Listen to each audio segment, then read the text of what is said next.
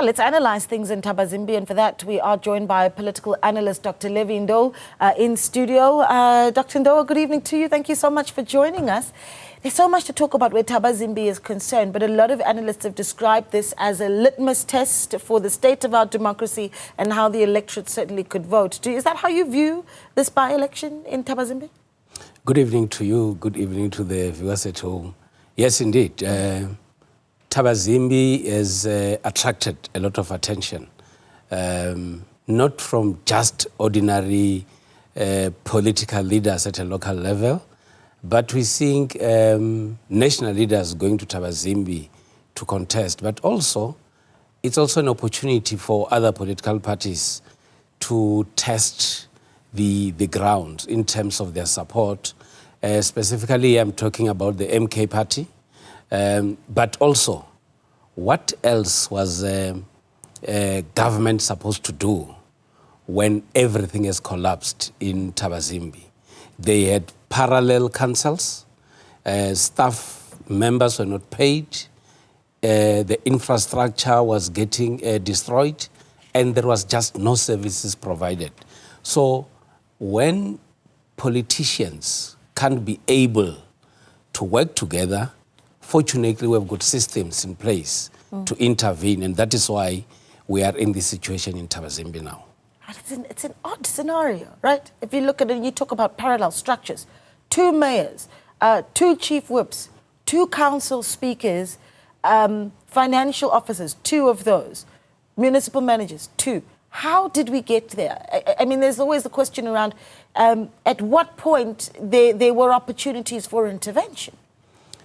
If you reach a stage where you no longer care about why you are in a position, you would behave the same way as the politicians behaved in Thabazimbi.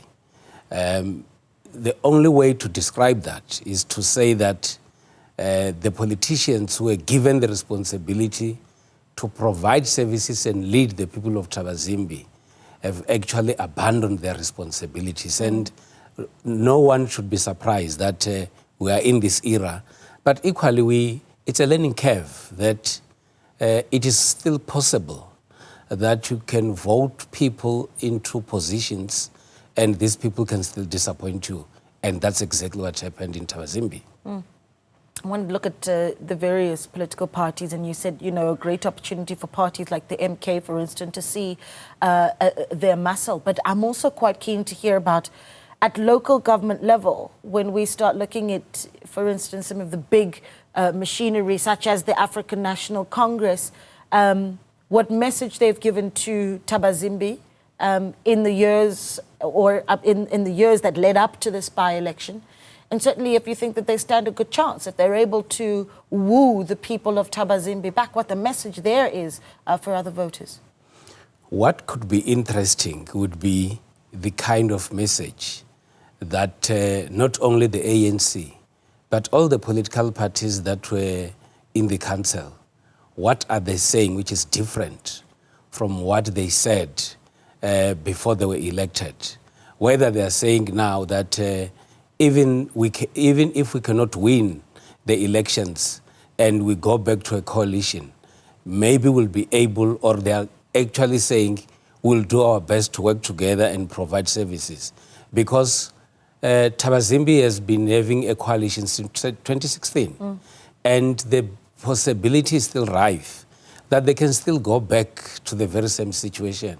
And if they could not be able to work together previously, what is it that they're telling the voters that they're going to do differently, so that at least in the next 3 months, the citizens of Thabazimbi should start seeing change?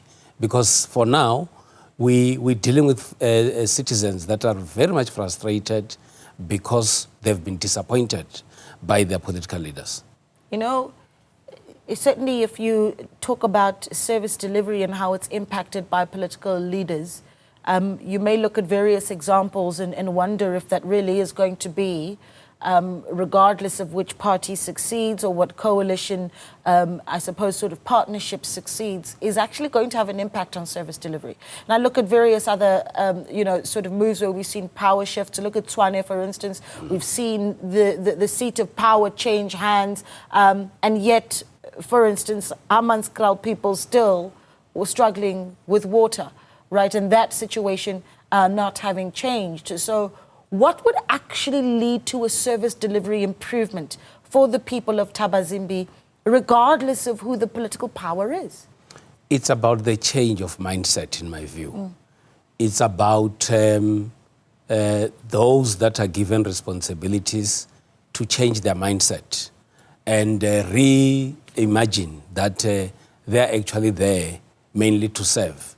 You don't need a situation where ordinary citizens will constantly complain about similar things or one thing time and time again, and at the same time having leaders that are given responsibilities to make a difference. And you don't need that. You need leaders that should be able to adapt to any environment, whether your party won the elections or not, as long as you are given a responsibility to be in council, and you need to ensure that work in the best interest of the citizens. And it's also important for ordinary citizens as well, even at nominations level, to disagree with people that they know they won't be able to serve, because these are local elections. They know the people that they are voting for. They know what they can deliver. And sometimes you will still get people voting for the very same people that they know that they have no capacity to deliver. And you just need to, you don't have to blame anyone, but blame yourself for poor service delivery. Well, it speaks to the options that are available as well, does it not? I mean, if you certainly get to the ballot box or the ballot paper and you need to vote, all you can do is vote for the options that are in front of you and nothing beyond it. But you do have some independent candidates. And, you know, in this year's national and provincial elections, none of them making a lot of headway. But at local government level, perhaps a different scenario, right? Where the community perhaps has a good relationship with these independents? It could be. But I think what we need to look at first is that in the minds of many South African citizens, we still bog down into the idea of being represented by a political party. And maybe Thabazimbi will provide an opportunity in which citizens will say, we have given our votes to political parties, and political parties have disappointed us. Now that we've got independence, maybe if we give them a chance, things could be done differently. But also, if you look at the number of independents, they remain very, very few, in the sense that even if they get in, they might not be able to make a huge impact.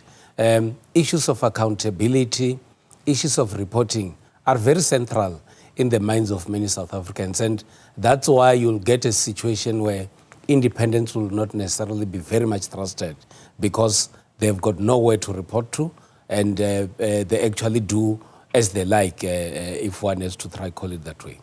The EFF, chances that they have to woo Thabazimbi voters, are they speaking the right language? The EFF also, it could be the opportunity also to say, we have not been able to make a much bigger impact. And I will tell you why. The citizens and the general public will be saying, the DA and the ANC have disappointed us in Thabazimbi. And of course, those who have never been given the responsibility to run could be speaking the message that says, look at the people that you've given responsibilities, they've disappointed you, and please give us a chance to be able to run this municipality. But another aspect will be that political parties should also be very careful of the caliber of people that they send as public representatives.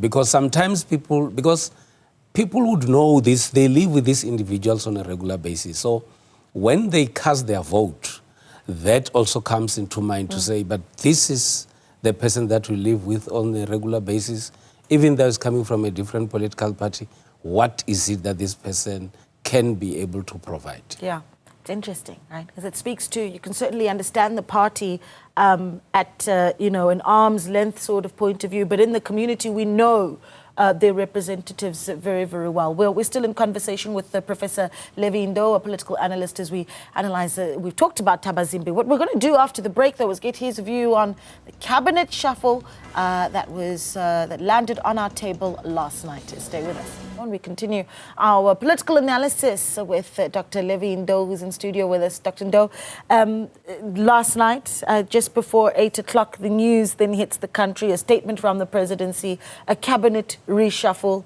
At closer glance, one could argue that it was almost a cabinet swap, right? Human settlements to the Department of Justice. I think, firstly, do you think that the president moved, I suppose, the pieces in the right direction here? There were a lot of expectations on the part of the president to act on Simelane. And what the president did was to act on Simelane, not as expected, because I think most people expected the president to remove Simelane from cabinet. And there are many other things that he could have considered. Firstly, that there were other processes that are still ongoing. And in terms of what has been going on with the sittings in the parliamentary committee, Simelane has always been saying that she's innocent. And I think, therefore, one still has to prove beyond reasonable doubts that indeed Simelane is wrong. And the president also, because he was, in my view, the president was forced to take this decision because of the pressure that has been coming from many sides. But one factor that came from the committee, which I think it's what the president took the decision based on, is that a lot of committee members were raising issues of the possibility of interference and conflict of interest by the minister. And there are other factors that we need to look at, that if Simelane feels that she's innocent, the president could be giving her a long rope to hang herself by leaving her there until she gets more exposed. And it will not be a very good thing to be removed after a huge exposure. Leaving her there to be exposed. And so why then, I mean, is there any strategy to then putting her in the Department of Human Settlements? You know, as we spoke to and got reaction from some of the political parties yesterday, a lot of them said, this is a critically important department with big budgets. And raising the concern about this is somebody who has allegations of, as some of their words have been, allegations of putting her hand in the cookie jar. The unfortunate part is that we might not be privy to all the details surrounding Simelane. What we do know is that she remains adamant that she's innocent, she has not done anything wrong. And we also do have a lot of information from many media sources that are saying, indeed, this is what has actually happened. And what she could have presented to the president could be something totally different. Unfortunately, we're not aware of that. But because the president has been under pressure to act on Simelane, I think what he decided to do was to say, you're refusing, you're saying that you're innocent, but the best thing is to move you from this portfolio to the other one. And it could be a costly decision by the president. It could bear fruits in the long run, but what we need to do is to wait and see what then is going to happen in the next few weeks. Yeah, a lot of the criticism has been targeted at the president, in some of it saying that this shows a level of indecisiveness from the president. What do you say to that? Particularly as, you know, this is a president who at the same time is dealing with, you know, the power dynamics even inside the government of national unity, some of the messages coming from the tripartite alliance perhaps, and how he needs to work within this government of national unity. The Bella Act, certainly a big contentious issue and a test to, you know,